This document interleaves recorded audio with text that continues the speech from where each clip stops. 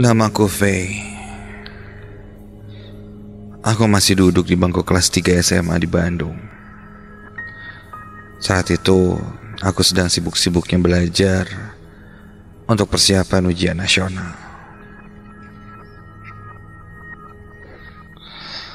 Ada perasaan khawatir saat aku menghadapi ujian ini.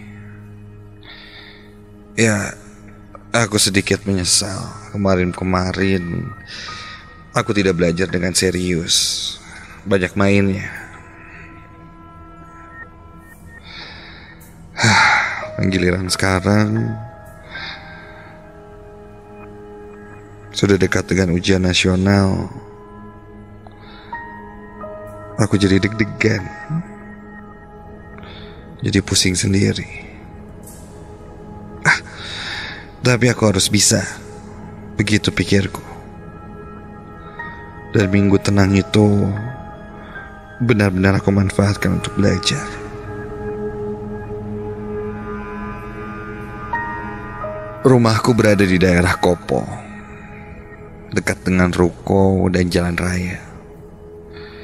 Hiruk-pikuk jalanan di sekitar rumahku itu membuatku susah berkonsentrasi belajar. Hingga akhirnya aku meminta izin ibuku untuk sementara menginap di Soreang. Di Soreang sana, aku memang ada satu rumah. Bisa dibilang rumah itu memang kosong karena dipakai untuk investasi, kadang juga dikontrakan. Kebetulan saat itu sudah lama tidak ada yang mengontrak di sana. Jadi rencananya aku akan ke sana, menginap di sana untuk beberapa hari sambil belajar. Tanpa lama-lama, sore itu pun aku berangkat. Setelah menyiapkan baju dan buku-buku pelajaran, sekitar jam 4 setelah asar, aku pun berangkat ke Soreang dengan motorku. Memang rumahku yang satu itu agak jauh ke pedesaan, membuat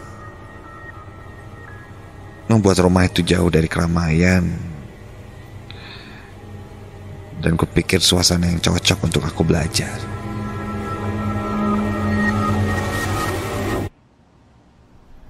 Sampai di sana aku disambut Mang Aem. Dia yang menjaga rumah ini. Mang Aem membukakan pintu dan aku pun masuk ke dalam.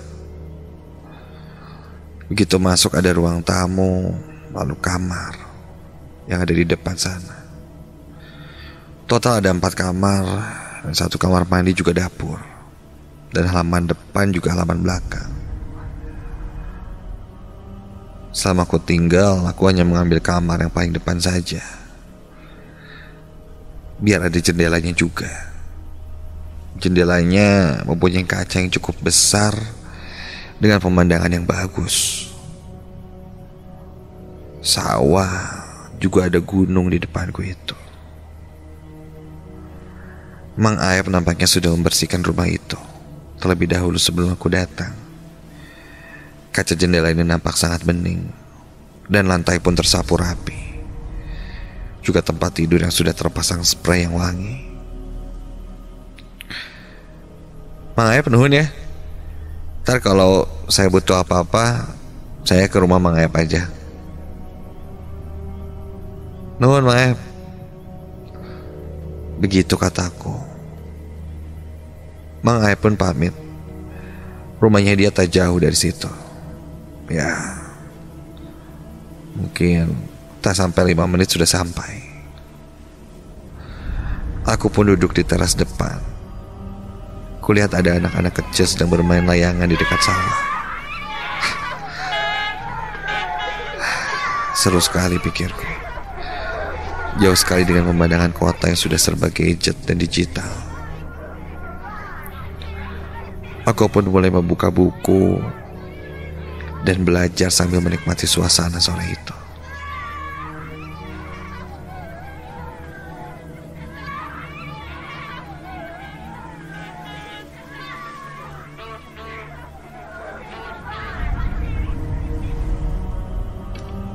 Tiba di malam hari, desa itu jauh berubah 180 derajat. Jam 7 malam saja, keadaannya sudah sangat sepi. Kulihat keluar semuanya gelap. Memang penerangan jalan di sini belum ada. Gila nih, kalau malam sepi banget. Beda kayak tadi.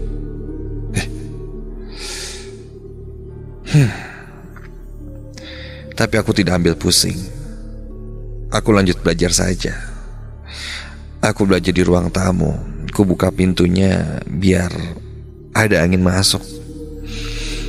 Karena udara di sana masih sangat segar sekali. Dan berhasil. Konsentrasiku saat itu benar-benar mantap. Hingga tak terasa, kulihat jam, sudah jam 9 malam. Dan ketika itu tiba-tiba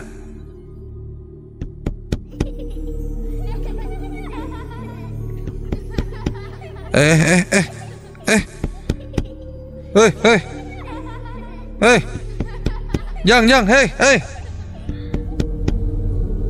ada yang iseng mengetuk-ketuk kaca jendela kamarku. Refleks aku langsung keluar dari pintu depan. Dan ketika aku lihat, anak-anak kecil itu sudah tidak ada. Dasar anak kecil teh, bandel banget. Ya, mungkin mereka menjahiliku karena aku baru tinggal di sana. Padahal ini memang rumahku sejak dulu. Aku pun lanjut belajar hingga waktu pun berlalu.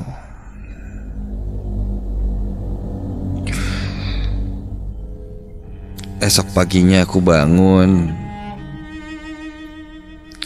Aku langsung keluar rumah. Dan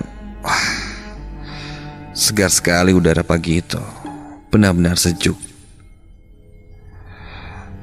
Memang yang ku tahu tak jauh dari rumahku itu adalah daerah Ciwidey. Ada kebun stroberi dan lain sebagainya.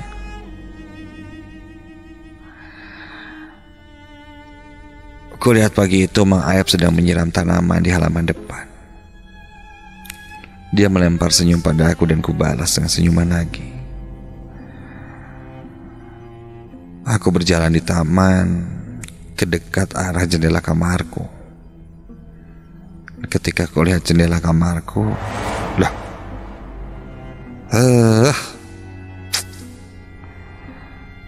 jendela kamarku yang kemarin bersih dan kinclong itu sekarang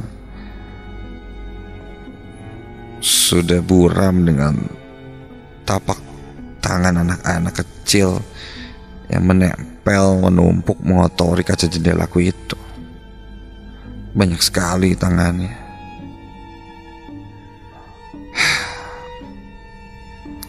Aku pun mengambil lap dan mulai mengelap kaca jendela itu.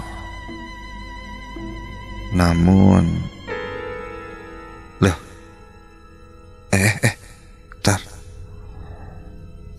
Ketika aku lap tapak tangan yang mengotori kaca jendelaku itu, tapak tangan itu tidak hilang.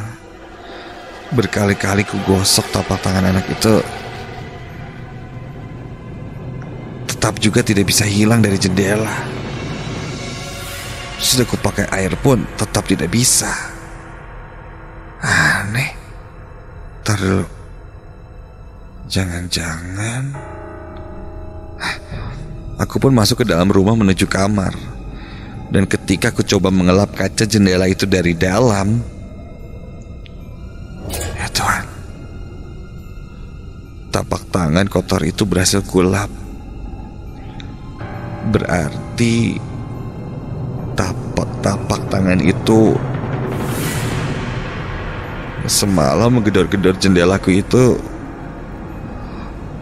bukan dari luar kamar,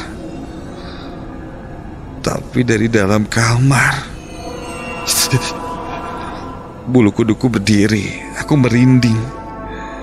Sejak semalam suara anak-anak kecil yang mengetuk jendela itu sebenarnya dari dalam kamarku. Aku tertegun diam. Sudahlah. Aku seharusnya tidak perlu memikirkan yang seperti ini. Aku pun coba untuk tidak memikirkannya dan lanjut membersihkan jendela itu.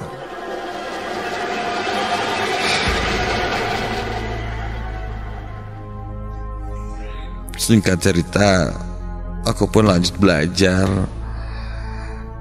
hingga kulihat jam menunjukkan jam 8 malam. Aku mulai terasa mengantuk.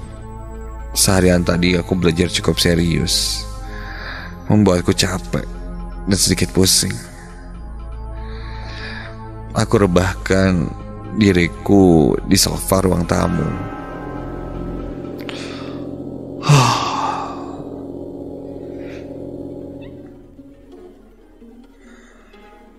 Sampai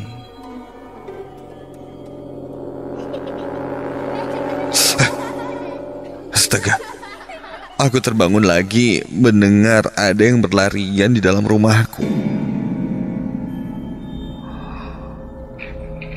Aku coba melihat ke ruang tengah.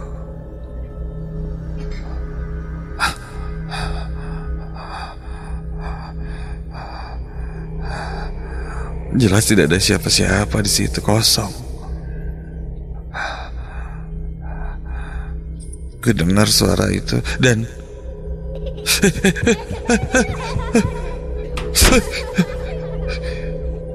terdengar jelas suara langkah kaki anak-anak kecil yang lumayan banyak. Dan kulihat pintu kamar mandi pun tertutup sendiri, seperti ada yang masuk ke dalam kamar mandi itu. Aku terhenyak kaget, tak percaya dengan apa yang kulihat itu. Sampai, ya Tuhan, pintu kamar mandi itu kini seperti dimainkan, terbuka tutup sendiri. Sontak aku langsung berlari masuk ke kamarku dan menutup pintu kamar. Kini jelas sekali di rumahku itu aku tidak sendirian.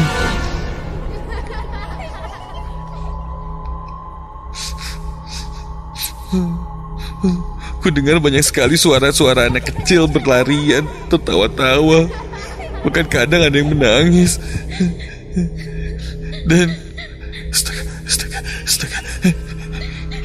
Di sela-sela suara anak kecil itu, aku mendengar suara seorang perempuan bersenandung.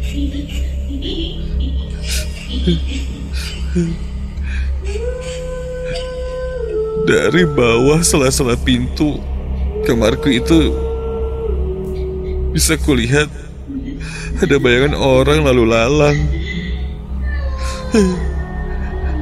Siapa mereka? Aku pun memberanikan diri dan berteriak. Hei! Jangan ganggu saya. Saya juga tidak ganggu kalian. Pergi! Jangan ganggu saya. Saya juga tidak ganggu. Pergi!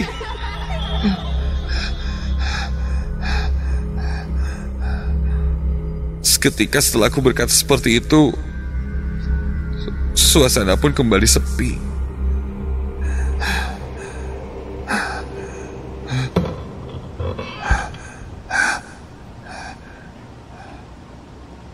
Aku mengatur nafasku yang terengah-engah. Jantungku masih berdetak kencang seperti mau copot. Sampai ada yang membuka gagang pintu kamarku itu.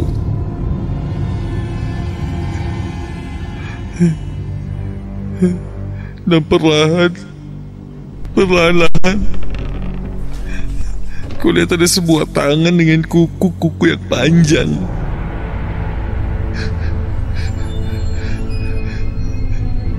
Tangan itu berwarna berkulit putih pucat agak kebiru-biruan, dan kini mendorong pintu itu semakin terbuka lebar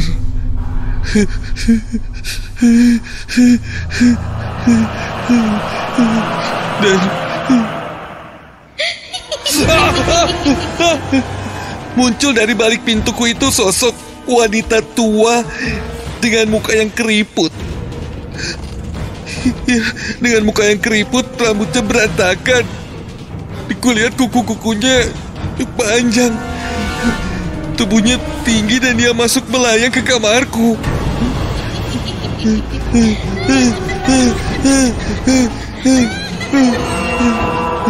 Tubuhnya terlihat sangat jelas dengan salah satu bagian tubuhnya yang panjang dan menakutkan. Dia melotot melirikan matanya ke kiri dan ke kanan sambil menganga, tertawa sangat menakutkan.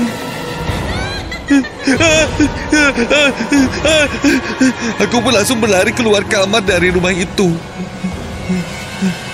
Aku langsung berlari menuju ke rumah Mang Aep yang tak jauh dari rumahku itu, dan aku langsung gedor rumah Mang Aep.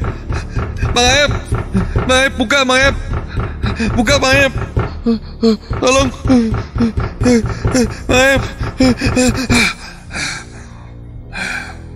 Mang Aep pun keluar dan menenangkanku. Lantas aku pun menceritakan apa yang kualami malam itu. Mang Aep berkata yang kulihat semalam itu adalah sosok Wewe Gombel. Dan anak-anak yang kudengar itu adalah anak-anak yang dirawatnya. Wewe Gombel itu hantu yang suka menculik anak-anak, tapi tidak mencelakainya. Konon anak yang diculik biasanya adalah anak-anak yang ditelantarkan dan diabaikan oleh orang tuanya. Dia membawanya lalu merawatnya. Biasanya dia menculik anak-anak kecil itu di kala maghrib. Makanya ada satu mitos